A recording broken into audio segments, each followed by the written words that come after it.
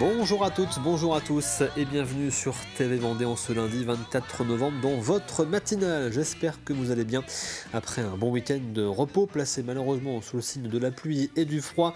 Mais en tout cas week-end de repos néanmoins. Un bon appétit à vous si vous prenez actuellement votre petit déjeuner. Bon courage si vous apprêtez à prendre le chemin du travail ou bien des cours aussi pour certaines et certains. Comme tous les matins, vous pouvez bien sûr réagir à l'actualité du jour avec le WhatsApp officiel de la matinale dont voici le numéro. N'hésitez pas à nous envoyer un petit message avec votre prénom et votre commune de résidence. On commence tout de suite par faire un point sur la météo de ce lundi 24 novembre. Une météo capricieuse ce matin avec un mélange à la fois d'éclaircies, de nuages et d'averses sur l'ensemble du département.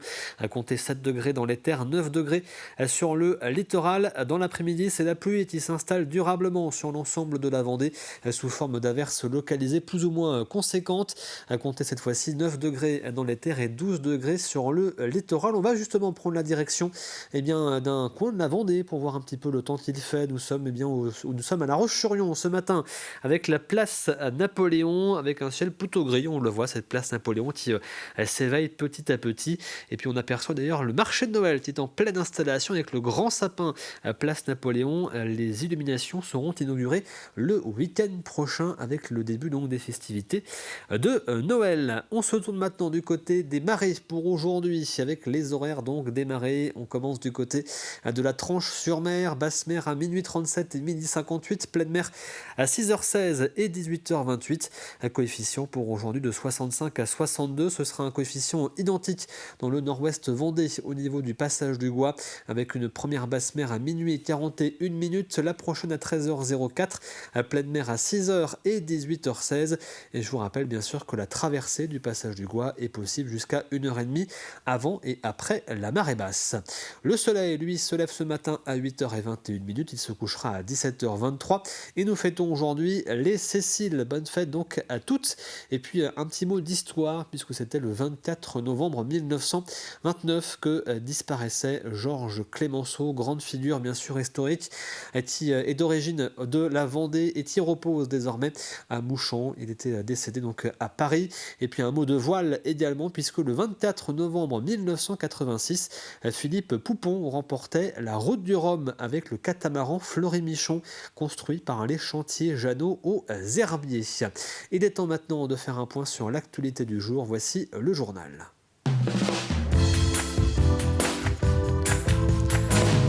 Et nous commençons ce journal par cette information révélée par la procureure de la République de La Roche-sur-Yon dans le cadre d'une enquête pour une série de cambriolages de magasins de cycles haut de gamme dans le Grand Ouest.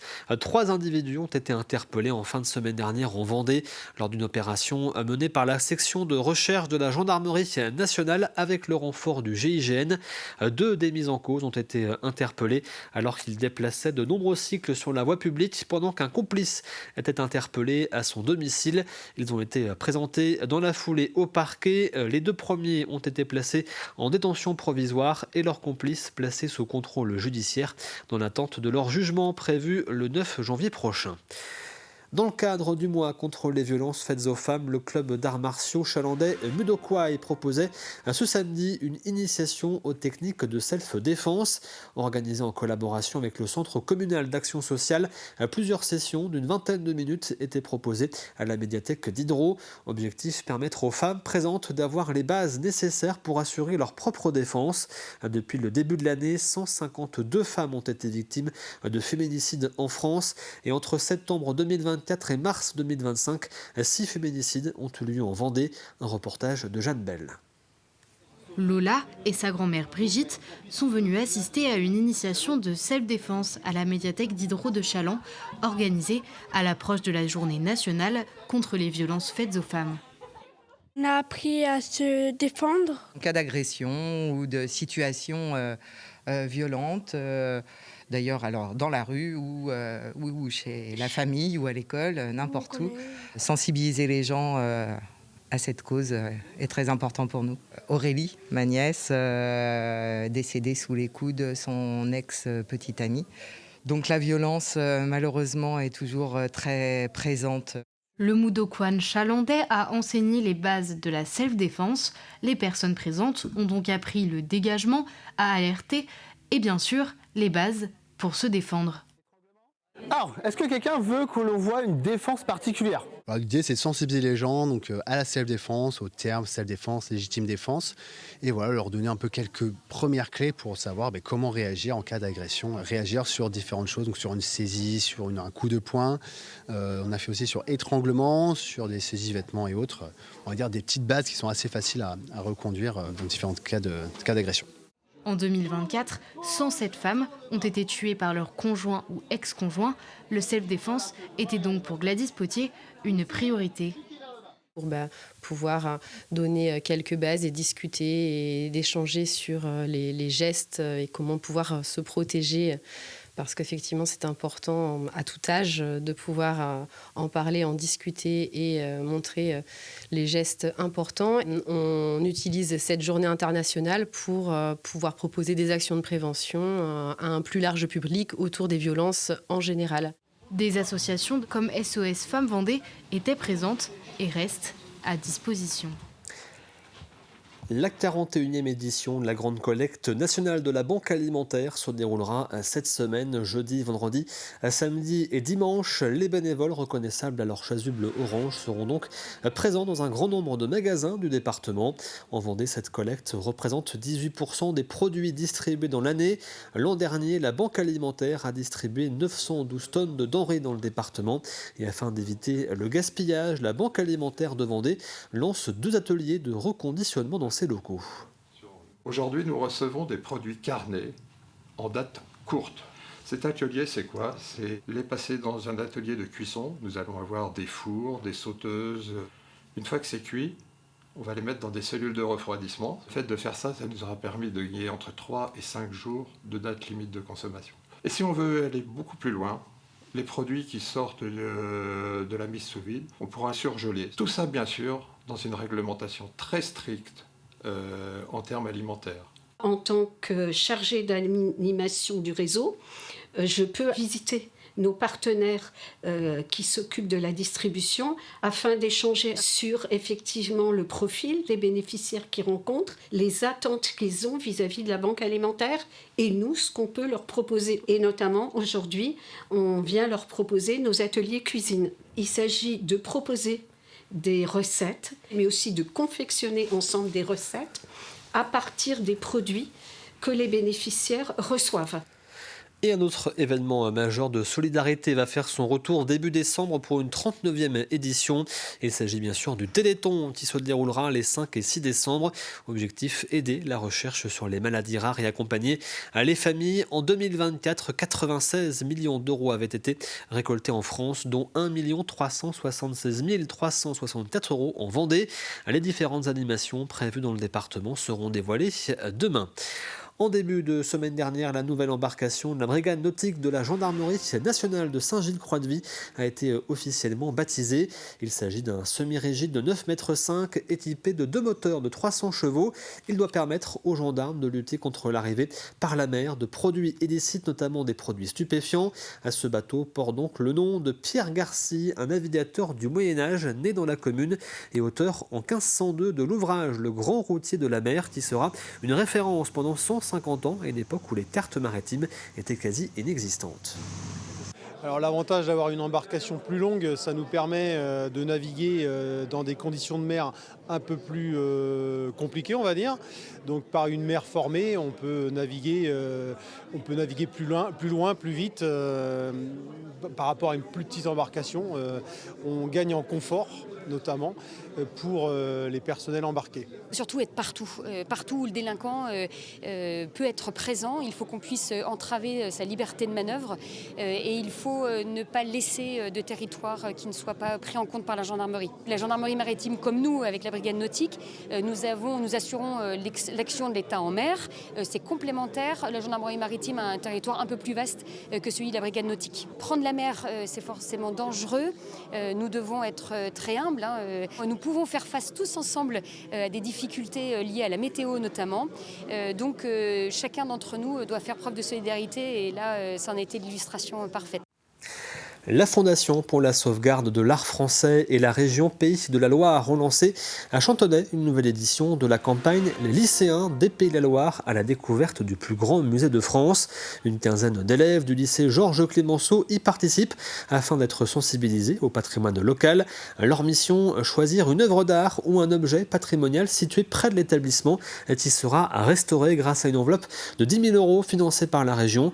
5 œuvres sont en lice pour désigner celle qui sera restaurée. Les lycéens devront s'affronter lors d'un concours d'éloquence. Ce sont des œuvres à la fois civiles et religieuses. Il y a par exemple un drapeau d'anciens combattants à Mouilleron, mais on a aussi des tableaux au sein d'églises. Donc voilà, notre objectif aussi au sein de cette fondation, c'est de montrer à ces lycéens que le patrimoine est extrêmement diversifié et que finalement il s'entend pas seulement à des sculptures et à des tableaux, mais il peut aussi être par exemple des drapeaux.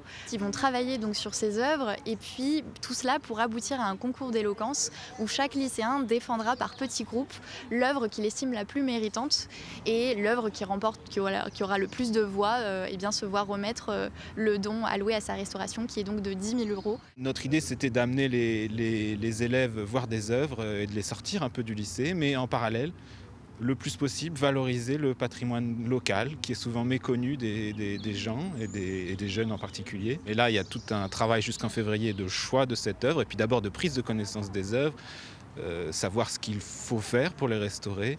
Et puis, à partir de février, une fois que l'œuvre aura été choisie, le processus de restauration proprement dit commencera. Patrimoine et histoire toujours, l'historial de la Vendée au Luxembourg-Bologne accueille une nouvelle exposition intitulée 39-45, la vie des Vendéens sous l'occupation. Elle a été inaugurée ce week-end et se tiendra jusqu'au 21 juin prochain. Située entre les ports stratégiques de Saint-Nazaire et La Rochelle, la Vendée était une zone particulièrement surveillée durant la Seconde Guerre mondiale. Entre 40 et 50 000 soldats allemands y étaient stationnés. L'exposition propose de découvrir la vie du quotidien à travers de nombreux témoignages et des objets d'époque. Un reportage de Jeanne Bell. 80 ans après la fin de la guerre 39-45, le mémorial de la Vendée met en avant le rôle des Vendéens pendant cette guerre. Certaines familles nous ont donné des objets personnels ou des documents d'archives. Il y a aussi beaucoup effectivement de documents qui proviennent des archives départementales ou des archives municipales des Sables. Donc il y a beaucoup de choses à découvrir dans cette exposition, et notamment beaucoup de témoignages sonores ou même filmés sur ces personnes qui nous transmettent le courage qu'ils ont eu de traverser ces années sombres. L'objectif, partager concrètement ce qu'était la vie des Vendéens sous l'occupation, documents prêtés par les Vendéens ou encore par d'autres musées. Un long travail a été fait avant d'aboutir à ce résultat. On met à peu près 2 ans depuis le début de l'exposition jusqu'à sa réalisation. Le premier travail, c'est effectivement un travail de fond sur les archives, sur les travaux des historiens. Et puis ensuite, il faut trouver les objets, il faut trouver les témoignages. On a travaillé en équipe avec les collègues scénographes. On a eu recours aussi à une graphiste et puis aussi à l'équipe de Tribe. C'est l'équipe de Jean-David Morvan, donc le scénariste des célèbres séries Madeleine Résistante, Simone ou Irena. Succès assuré pour la nouvelle exposition, le mémorial a même dû ouvrir de nouvelles plages horaires pour les écoles.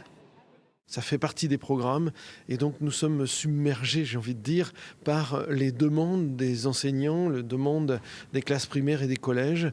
Face à cette demande innombrable, eh bien nous allons même ouvrir le lundi très exceptionnellement. Il est important que nos enfants puissent comprendre ce qui s'est vécu ici entre 39 et 45 en Vendée.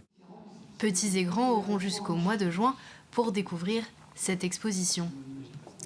C'est la fin de ce journal. On refait ensemble un point sur votre météo du jour avec pour ce matin un temps instable sur l'ensemble de la Vendée. Un mélange entre nuages, éclaircies et averses. Comptez 7 degrés dans les terres, 9 degrés sur le littoral. Dans l'après-midi, c'est la pluie qui s'installe sous forme d'averses localisées plus ou moins conséquentes avec cette fois-ci 12 degrés sur le littoral vendéen et 9 degrés dans les terres. Il est temps maintenant de passer au plus de l'info du jour.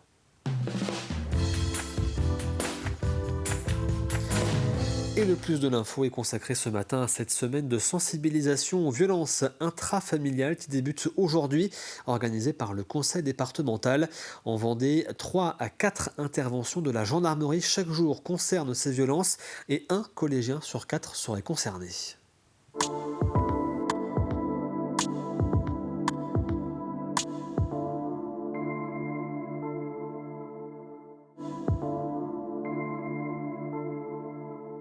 Les violences intrafamiliales, c'est pas qu'une violence à l'égard des femmes, mais ça peut aussi être à l'égard des hommes, mais également des enfants et parfois des fœtus. Une maman enceinte qui se fait violenter, le fœtus peut ressentir cette violence.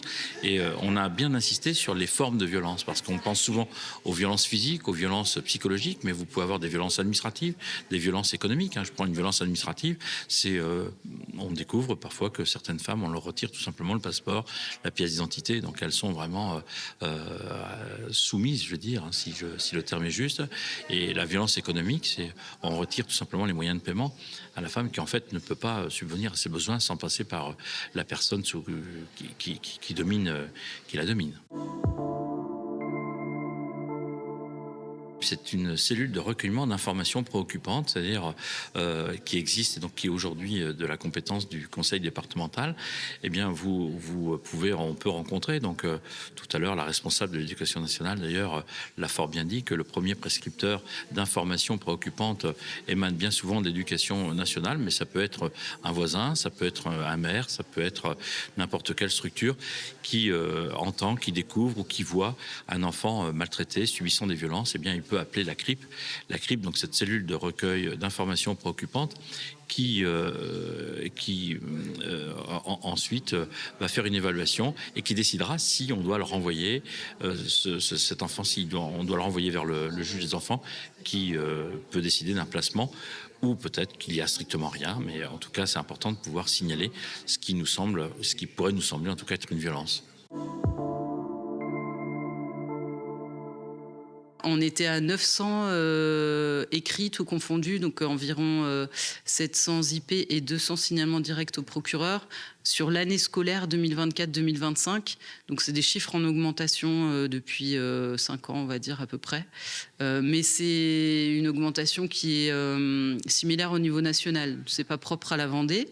Par contre, ce qu'on peut vérifier en Vendée, c'est qu'il y a des problématiques qui n'existaient pas autant auparavant. Donc peut-être parce qu'il y a des populations qui sont arrivées, qui se retrouvent en Vendée pour le travail, mais qui n'ont pas de réseau familial et amical, des situations de précarité de logement, parce que les gens ils viennent pour une saison, ils sont logés en camping, etc. Enfin, des situations de précarité. Et puis après, l'évolution sociétale aussi, on l'a dit, avec des familles recomposées parfois, donc des positionnements qui ne sont pas toujours faciles dans la famille.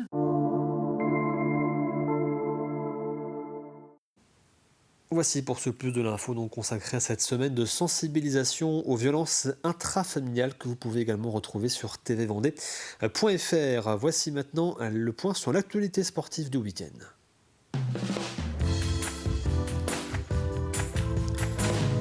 Le journal des sports avec au programme aujourd'hui le derby vendéen en rugby avec ce match entre le RC Sablé et le FC Lyonnais. Les Sables tirent-nous avec la victoire en basket. Et puis La Roche qui concède le nul contre Saint-Malo en football dans les dernières minutes. Un journal des sports qui vous a été préparé par Paul Deswatines.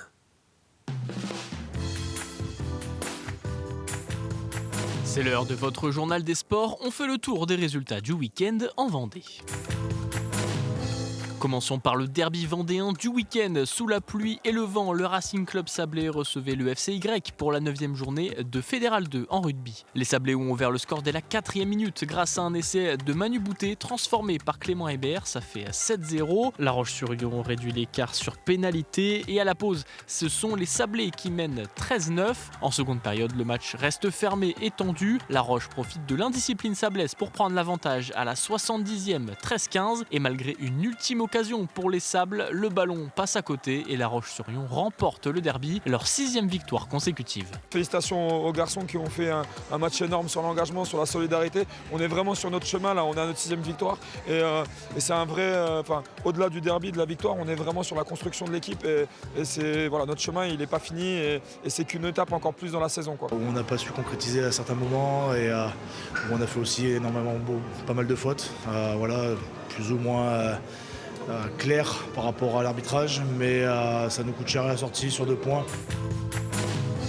En basket, pour la 13e journée de National 1 et le dernier match de la phase aller, les Sables affrontaient Tours. Après 4 défaites consécutives, les Sablés voulaient se relancer et le début de match est fulgurant, 20 points en 5 minutes, mais Tours recolle rapidement et dans le deuxième quart-temps, les Tourangeaux prennent le rythme en main, si bien qu'à la mi-temps, ils sont devant 48-41. Les Sablés gagnent légèrement le 3e quart-temps mais restent derrière et c'est vraiment dans le dernier quart-temps qu'ils ont enflammé l'arena grâce à 2 paniers très rapides pour revenir à -2. Ils enchaînent pour finir le match en tête avec 28 points inscrits dans le dernier quart-temps. Les Sablés s'imposent 96-90. Bon début de match. Derrière, ils arrivent à imposer leur impact physique et on a eu le mérite de ne pas complètement céder.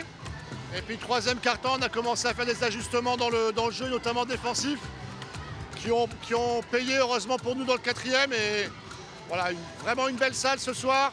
Le public qui a poussé, je pense que c'est le plus beau match qu'il y a eu ici jusqu'à présent et ouais, c'est vraiment une juste récompense parce que les mecs ont bossé énormément pour ça. Toujours en basket, nouvelle défaite pour Chaland en Élite 2, 82-63 à Quimper.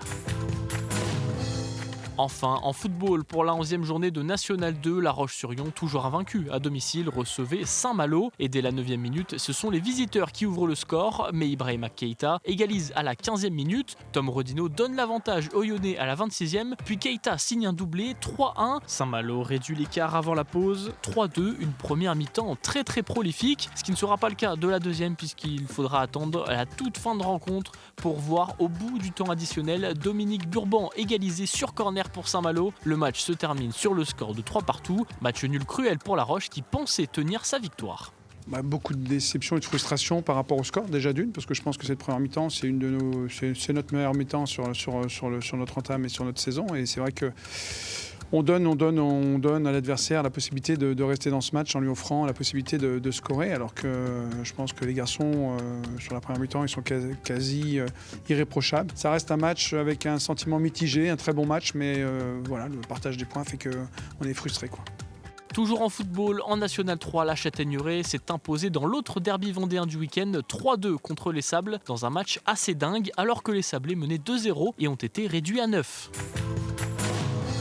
C'est la fin de ce journal des sports. Ne manquez pas 85 chronos ce lundi à 18h45, 35 minutes en direct avec invités et chroniqueurs pour revenir sur toute l'actualité du sport vendéen ce week-end.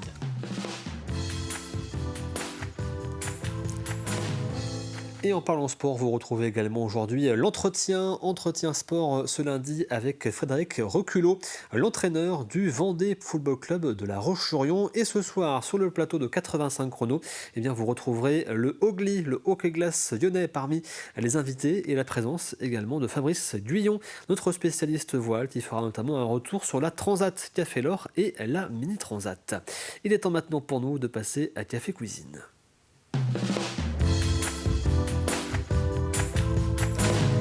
Et avant de vous présenter le cadeau de la semaine et la question de cette semaine, petit retour en arrière sur la semaine dernière. Et bravo à Céline qui réside aux Herbiers, qui a remporté le jeu de la semaine dernière et qui repart donc avec ce panier garni offert par les partenaires de TV Vendée. Nous cherchions la semaine dernière le nom de ce pont emblématique de l'histoire de la Vendée qui vient d'être restauré. Il s'agissait du pont de Péplu, qui est situé donc sur la commune de La Roche-Servière. Voici maintenant la question de cette semaine. Quel artiste vendéen a réalisé la fresque La Vendée installée dans le nouvel hôtel de ville de La Roche-sur-Yon?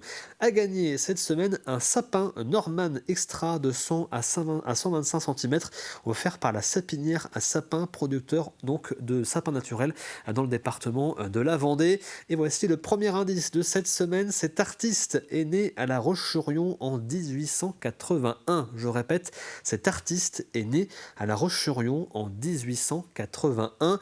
Cette grande toile, donc la Vendée, était installée auparavant dans l'ancien hôtel de ville de La Roche-sur-Yon. Elle a été retirée en raison des travaux qui s'y sont déroulés et a été réinstallée il y a quelques jours maintenant au sein du nouvel hôtel de ville de La Roche-sur-Yon dans la salle des mariages. Elle sera prête bien sûr dans quelques jours pour le tout premier mariage qui sera donc célébré. Je rappelle donc à gagner cette semaine ce sapin Norman Extra de 100 à 125 cm offert par la Sapinière à Sapin, l'un des deux seuls producteurs de sapins dans le département. Et donc je vous rappelle le premier indice du jour, cet artiste que nous cherchons est né à La Roche-sur-Yon en 1881.